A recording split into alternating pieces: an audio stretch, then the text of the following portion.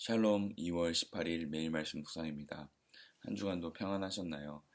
날씨가 다시 쌀쌀해지고 있는데 모두들 감기와 코로나로부터 강건하게 몸을 지키시고 보호하시는 그런 하루 되시길 소망합니다. 오늘은 계속해서 성령님에 대해서 함께 묵상하고자 합니다.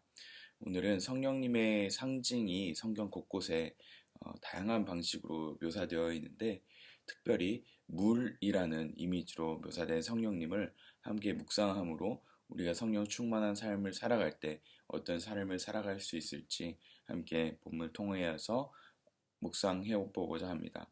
오늘 본문은 요한복음 7장 37절에서 39절입니다.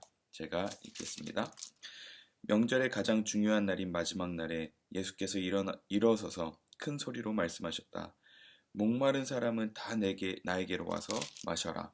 나를 믿는 사람은 성경이 말한 바와 같이 그의 배에서 생수가 강물처럼 흘러나올 것이다. 이것은 예수를 믿는 사람이 받게 될 성령을 가리켜서 하신 말씀이다.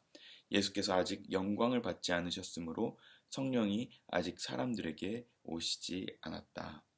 아멘.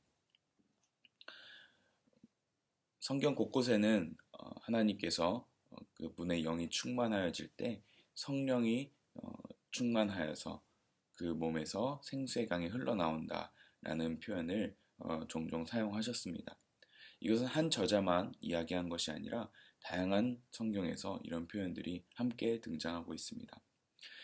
성경에서 물은 어떤 것을 상징하고 있을까요?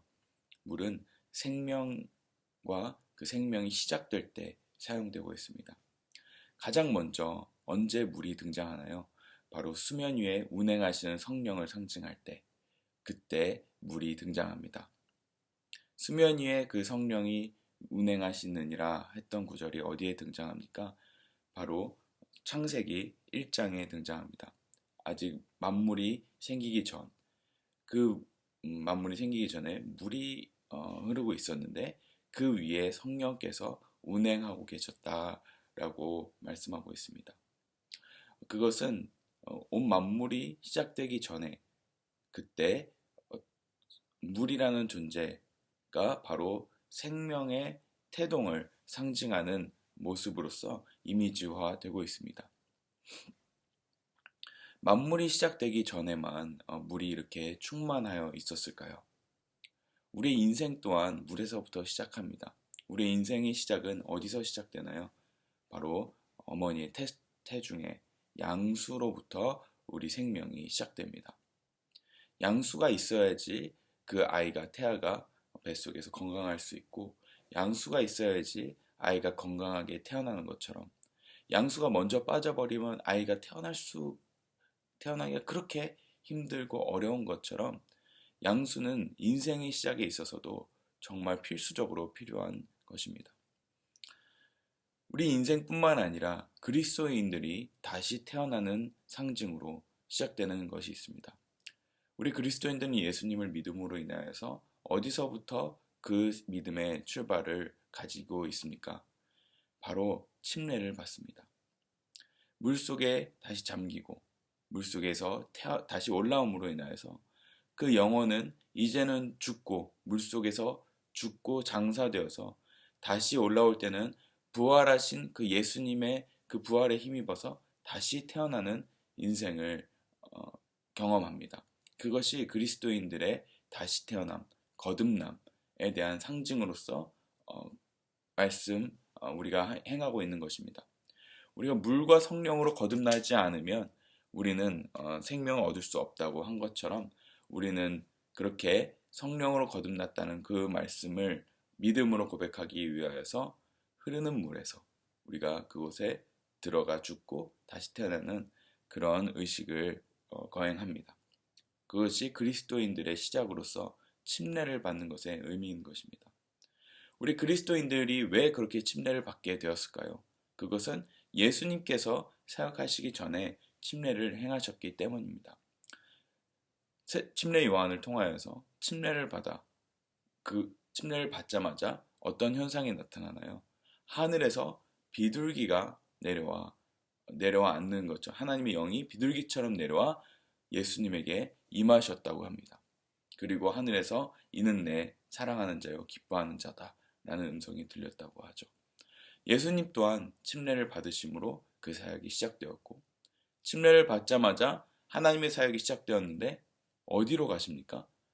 광야로 가시는데 거기서도 독특한 표현이 사용됩니다. 바로 성령에 이끌리어 광야로 갔다고 하십니다. 우리 그리스도인들의 인생 또한 침례를 받고 나서 성령이 임하고, 우리가 예수님을 구주로 영접하는 순간 성령이 우리 안에 내주하시게 되시는데, 그 내주하시는 것의 상징으로 침례를 받게 되고, 그 침례를 받게 된 이후의 삶은 바로 성령께서 이끄시는 삶으로 결단하고 살아간다는 것입니다. 이렇게 성경 곳곳에는 생명이 시작되는 것을 물로써 비유하여서 시작하였고, 우리 그리스도인들 또한 그런 삶을 시작하게 됩니다. 바로 이 물, 성령께서는 이 물이라는 이미지로 우리와 함께 하고 계시는 것입니다. 성경은 성령에 대한 이 상징을 생명의 시작을 상징하는 것뿐만 아니라 우리를 비옥하게 하시는 것으로서 물로서 성령을 상징하고 있습니다. 시편 1편 3절 너무나 잘 아시죠? 성령 충만한 사람은 물을 공급받는 나무와 같다고 하는 것입니다.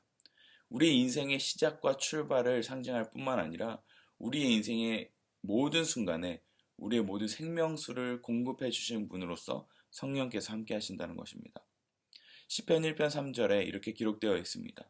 그는 시냇가에 심은 나무가 철 따라 열매를 맺으며 그 잎이 시들지 아니함 같으니 하는 일마다 잘 될 것이다. 아멘. 우리가 성령께 깊이 뿌리박고 있으면 우리는 나무와 같아서 철 따라 열매를 맺게 됩니다. 그리고 그 잎이 시들지 아니함 같아서 모든 하는 일 가운데 잘됨을 경험하게 된다고 합니다. 이것이 성령께서 우리를 비옥하게 하실 때 나타나는 현상인 것입니다. 이 물이 모든 땅을 비옥하게 한다는 이 표현은 창세기에도 동일하게 등장합니다.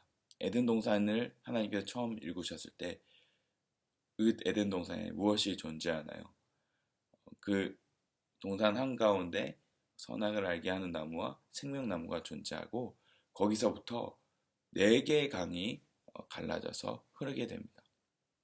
이처럼 에덴 동산에서도 한 사람을, 아담과 하와를 먹이고 살리시기 위해서 이 물을 주셨습니다. 그런데 에덴 동산이 망가지고 새로운 하나님의 나라가 세워지고 그 하나님 나라가 다시 왕국이 펼쳐지는 그 나라, 그 나라에 대한 상징이 계시록에도 동일하게 등장합니다. 계시록에 어떤 말씀이 있습니까? 계시록에 보면 회복된 하나님 나라에 흐르는 생명수의 강이 등장합니다. 이 생명수의 강에 대한 묘사가 이렇게 되어 있습니다. 하나님의 보좌와 어린 양의 보좌로부터 흘러나와 거리 한가운데를 흘러서 양쪽에 열매를 맺는 생명나무가 있다고 합니다. 이 생명나무가 그 물의 공급을 받아서 어떤 역할을 합니까? 철마다 열매를 내고 나뭇잎이 풍성하게 되는데 그 나뭇잎은 우리의 치료하는 데 쓰이는 그 나뭇잎으로 사용된다고 합니다. 이것이 하나님께서 회복하신 하나님 나라, 그 하나님 나라에 흐르는 회복된 그 강이 있을 때 그런 나무, 생명을 살리는 나무가 일어난다고, 그것이 성장하게 된다고 이야기하고 있습니다. 그렇게 나무는 이렇게 물은 우리의 시작과 동시에 우리의 삶을 풍성하게 하는 역할을 하고 있습니다. 그뿐만 아닙니다. 성령의 역사, 성령 거룩한 영이 우리에게 하시는 역할이 무엇이라고 하였습니까? 바로 우리를 거룩하게 하신다고 하였습니다. 에베소서 5장 26절에는 교회는 성령님과 말씀으로 씻겨서 성결케 된다고 이야기하고 있습니다. 성령께서는 우리를 거룩하게 하시고 깨끗하게 하십니다. 물로써 우리를 씻어서, 우리가 물로 씻고 샤워하듯이 우리의 몸을 깨끗게 하듯이 성령님은 말씀으로 우리를 물로 씻겨서 성결하게 하신다고 하십니다. 근데 특별히 어떤 말씀이 그 물로써 우리를 깨끗하게 할까요? 에베소서 5장 26절에 그렇게 기록되어 있습니다. 제가 읽어드리겠습니다. 그리스도께서 그렇게 하신 것은 교회를 물로 씻고 말씀으로 깨끗게 하여서 거룩하게 하시려는 것이며 라고 되어 있습니다. 여기서 교회를 물로 씻고 라고 이야기하면서 그 전에 이렇게 표현합니다. 그리스도께서 그렇게 하신 것은, 예수님께서 어떻게 하셨길래 물로 우리를 씻는다고 하실까요? 신기하게도 예수님께서 그렇게 하신 것은 25절에 남편이 아내를 사랑하듯이 라는 표현이 등장합니다. 25절에 이렇게 기록되어 있습니다. 남편 되는 여러분, 아내를 사랑하기를 그리스도께서 교회를 사랑하셔서 교회를 위하여 자신을 내주심 같이 하십시오. 아멘. 그리스도께서 그렇게 하신 것은 무엇입니까? 바로 자신을 내주심으로 사랑하신 것. 자신의 목숨값으로 우리 교회를, 우리 공동체를, 우리 몸된 교회를 살리신 것처럼 우리를 그 그리스도의 사랑으로 값으로 사셨다는 것입니다. 목숨값으로 우리를 사랑하신 것. 그렇게 하신 것이 무엇이냐면 교회를 물로 씻은 것이라고 이야기합니다. 우리를 물로 씻는 것은 결국 다름 아닌 그리스도의 그 헌신된 사랑입니다. 우리의 모든 죄를, 죄값을 치르시고, 그리고 우리의 죄를 위하여서 십자가에 달려 죽으시고 부활하신 그 모든 사건들. 왜 그렇게 하셨습니까? 바로 우리의 죄를 깨끗게 하시려고, 우리의 죄를 사해 주시려고, 대신 모든 것을 담당하신 그 사랑이라는 것입니다. 그것이 바로 우리를 물로 씻는 과정, 우리에게 끊임없이 주시는 그 사랑, 그것이 우리를 깨끗게 하시고 우리를 거룩해 하신다는 것입니다. 그것이 어떻게 가능할까요? 오늘 본문에 이렇게 기록되어 있는 것처럼 오늘 본문의 그 물, 예수님을 믿는 사람은 배에서 생수가 강물처럼 흘러나온다는 이 고백, 이것이 실제로 예수님으로부터 풍성하게 솟아나오기 때문에 우리는 그 물로부터 씻겨질 수 있는 것입니다. 초대교회 전통에서 침례는 흐르는 물에서 침례를 받는 것이 전통이었습니다. 그것은 끊임없이 흐르는 생명수와 같은 성령께서 우리 가운데 역사하신다는 것을 상징하는 것과 동일합니다. 그것을 상징하고 있는 것입니다. 그러므로 성령을 받은 사람은 그 속에서 멈추지 않은 생수가 계속 끊임없이 흘러나오게 됩니다. 그리고 그 사람을 통해서 나도 모르게 성령이 충만한 사람은 내가 억지로 율법적으로 행하는 선행과 사랑이 아니라 그 마음에서 흘러나오는 어쩔 수 없어서 풍성하여져서 누군가를 사랑하고 섬기고 봉사할 수 있는 힘이 흘러나온다는 것입니다. 이것이 성령의 능력입니다. 그런데 성령이 충만하지 않고 그 마음에 죄가 풍성한 사람은 어떻습니까? 그 마음과 생각과 입술에 죄가 가득합니다.